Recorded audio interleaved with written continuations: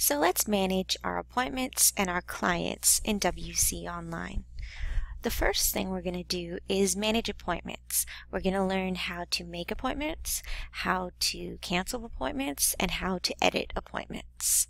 So the first thing we do is we decide this student needs an appointment. We're going to make one. You find a white space open because that's the only space that's actually available to somebody. So you select a white space and you simply click on it with your mouse. This is going to open up a window. And there are certain things that you need to input into this window. First of all, you need to select how long the appointment is going to be.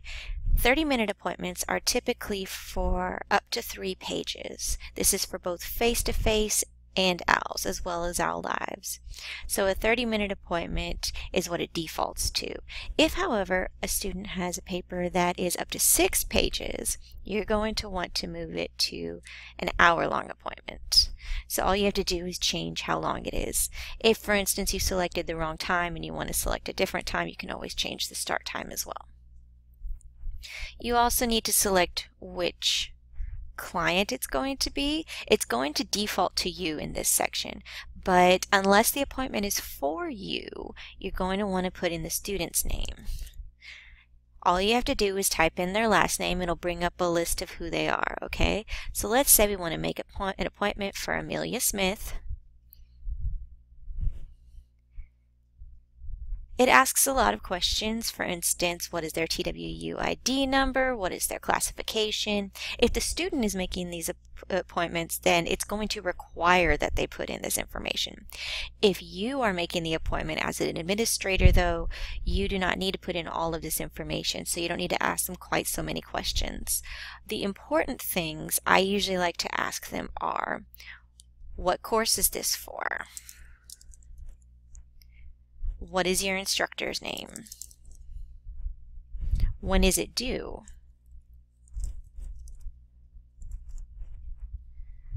What is the assignment? So let's say it's writing a proof. And even more importantly, what is it that they're going to want to work on this paper? This is where you ask them, okay, so now that we know what your assignment is and what class it's for and who it's for, what is it that you're going to want to do in this appointment, just so that the tutor has an idea of how to prepare. They'll usually say something along the lines of organization, grammar, and flow. Now, if they are a walk-in appointment and they just came in that moment and you're making that appointment for them right there, you can select walk-in or drop-in. If not, then don't worry about it.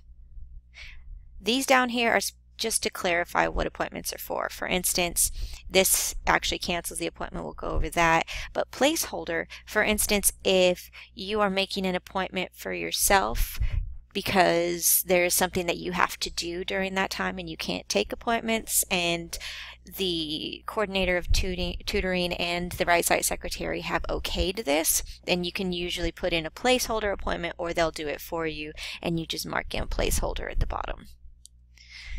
Email client is what you select whenever you first make an appointment. You definitely want it to email them to remind them of the appointment. If, however, you're changing an appointment, you want to deselect that, and we'll go over how to do that in a second. You will hit save appointment whenever you want to make that appointment. For now, we're just going to close the window because we don't want poor Amelia to get an email right now. Okay, so let's say that a student has an appointment, but they missed it. We usually give up to 10 minutes for a student to be late to a 30-minute appointment. Past that, we mark it as missed. For an hour-long appointment, we give them up to 15, because anything past that doesn't count as an hour-long appointment, and they clearly no longer need an hour-long appointment. So if you're wanting to cancel an appointment,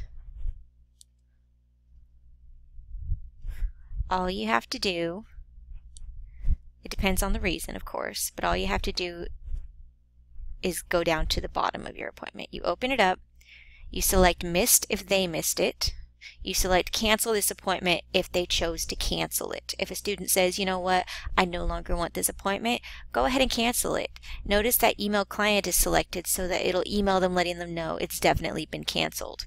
Same thing if they missed it. If you select missed, then it's going to erase that appointment for you without having to select cancel appointment. You just select missed and then save changes, and it'll mark it as missed, and it will send them an email letting them know that they missed the appointment. They get up to, I think, 3 or 4 missed appointments before the system completely shuts them out and stops letting them make them.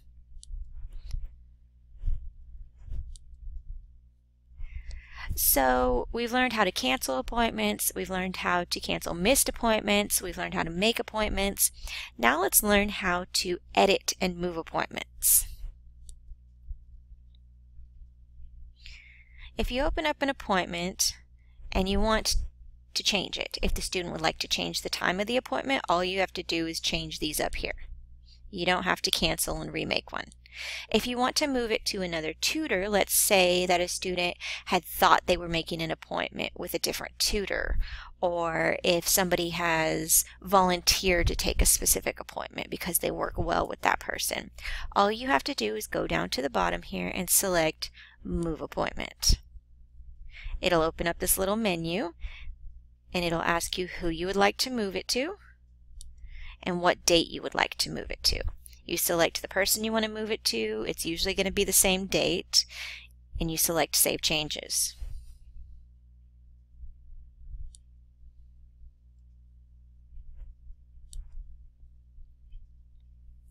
So we've learned how to make appointments, cancel appointments, edit appointments. If you ever need to make any changes to an appointment, all you have to do is open up the appointment, make your changes, and then scroll down to Save Changes. Okay?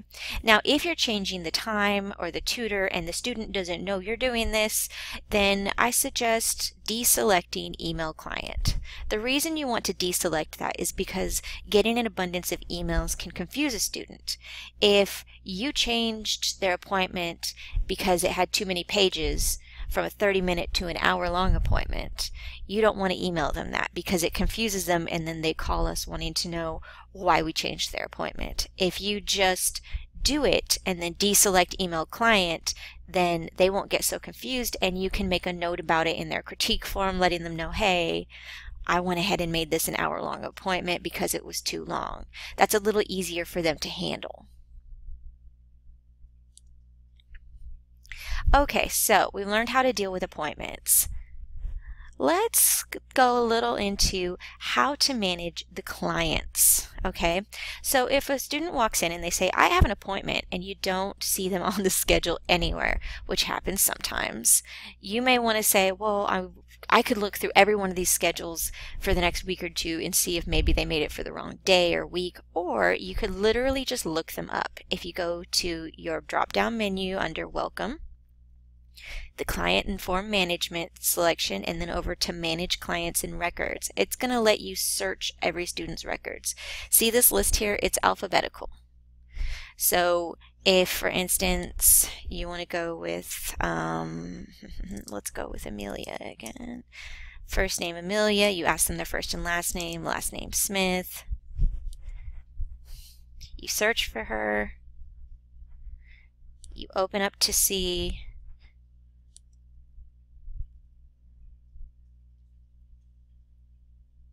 Notice she doesn't seem to have any records, which means she hasn't really had any appointments with us. Okay, let's search for me.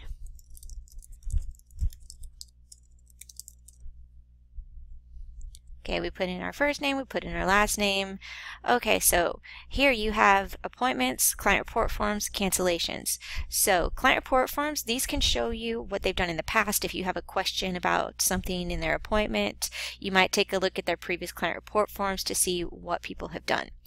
If you want to see what appointments they have because you can't find them, feel free to take a look at their appointment list and set the dates that you want to see. So, okay, let's see what they've done in the past year.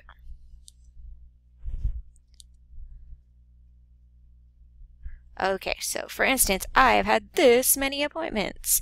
If though I wanted to check a specific 2-week period to see if maybe that student selected the wrong appointment time, then I would just select the 2-week period that I'm looking at. So that's pretty much all you need when it comes to managing your appointments, managing your clients. The next video you're going to be watching is about how to submit a client report form, which you're going to need to do at the end of every appointment.